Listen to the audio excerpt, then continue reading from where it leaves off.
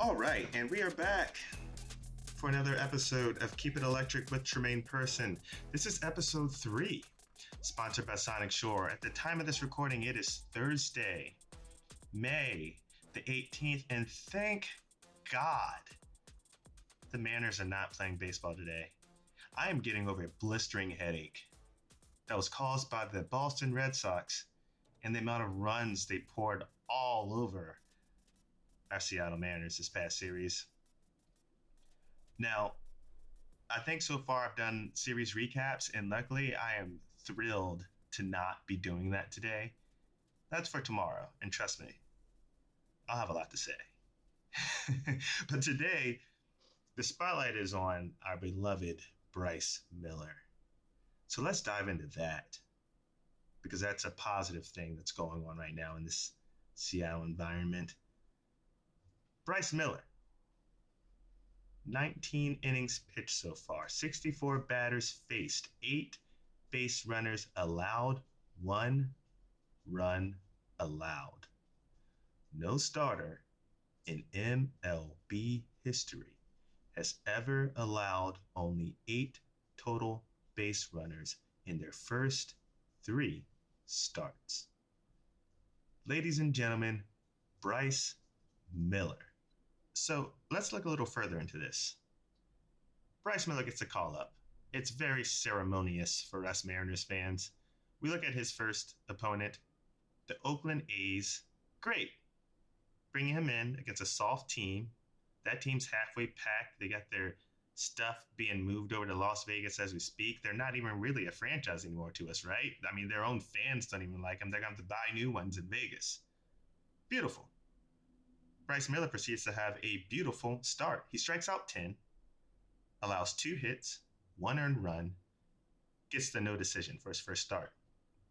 Now, people are waiting for him to face a more formidable opponent, but 10 strikeouts is nothing to sneeze at. That's still 10 strikeouts against Major League Baseball players. It doesn't matter if it's the Oakland A's. That's 10 strikeouts against a Major League Baseball team. That's great. You look further into this. For me, there's one thing that really threw me off. 70% usage rate of a fastball is not sustainable in Major League Baseball, not for a starter. So what's going to happen here? He's going to go against Houston, and I really hope that he mixes up his pitches against Houston or something. He goes into Houston, strikes out 5, including Yordan Alvarez, who we all have a grudge against, and Jose Abreu twice. Second time he struck out Jose, I swear he's just looking at him saying, "Thanks for playing, now go have a seat next to Yordan." In that game, he allowed 2 hits, no runs, and earned the victory. Still 70% usage rate of that fastball. I mean, his K's declined. He's going against a better lineup. And I'm looking deeper into this. And the guy's got the highest spin rate. I mean, his spin rate on that fastball is through the roof. It's the best in Major League Baseball. It almost looks like reliever material, if you ask me. But let's ride it out. Let's see what's going to happen here. His third game is against Detroit. I'm like, okay, it's Detroit. Let's stack a dub here. And he gets the victory. This time he strikes out 3. Only allowed 3 hits. No earned runs. Earns his second victory. He had some help from the defense in the first inning. They got him out of a jam there. And then I believe he retired 16 in a row, 19 out of his next 20 batters. Very impressive.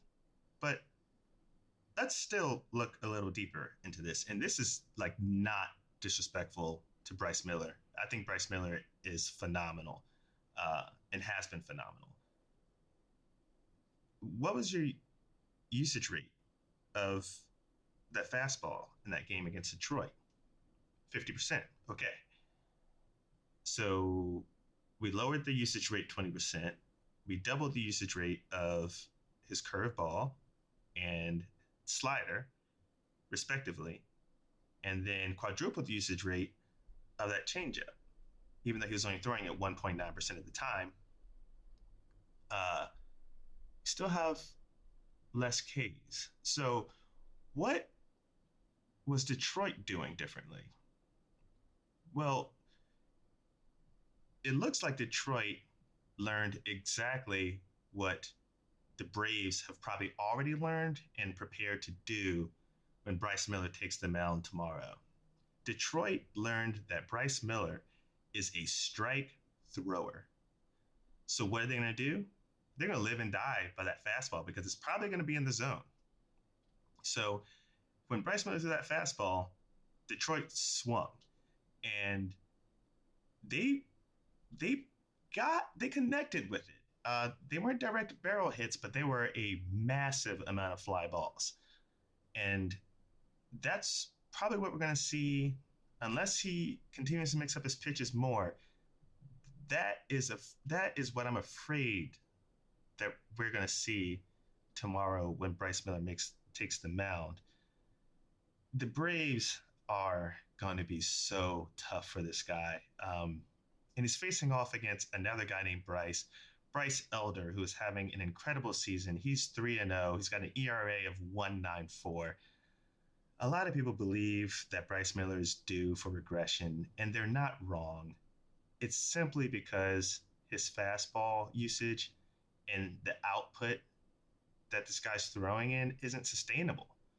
And he's getting ready to go against the best team in the National League in a really potent offense, second in the MLB in home runs, fifth in runs scored. The team loves to hit, and they love to hit the fastball. You're not going to get Ronald Acuna 4 times with that fastball, or Michael Harris, or Michael Ozuna, or Matt Olson. They're going to love to see that fastball. Um, Bryce Miller looks great. He reminds me so much of George Kirby right now. He wants to go at you, and he's going to give you the pitch, and he's going to dare you to hit it. I am afraid that Atlanta is going to welcome it, and they're going to hit it.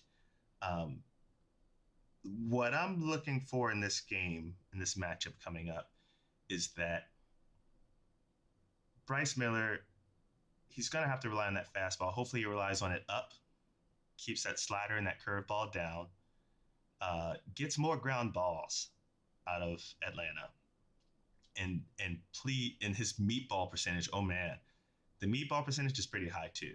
So if he can keep that meatball out of there, the Mariners have a chance at this game. But I am fearful of Bryce Miller's first loss in this game, because if we see the same Mariners that we saw in these last 2 games in Boston, if we see those same batters here against Bryce Elder tomorrow, we might be looking at our third thrashing.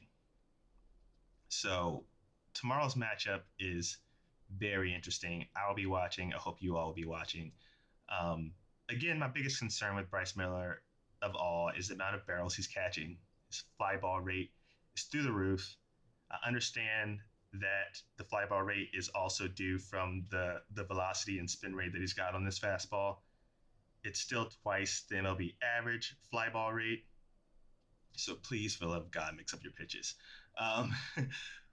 With that being said, there's so many things to be excited about with Bryce Miller. I think he is a great replacement in this rotation for Robbie Ray. Robbie Ray has really not been working out for us. And I really hope that he comes back healthy next season. But my biggest thing is, we have another young arm, and it looks really good. It looks really promising.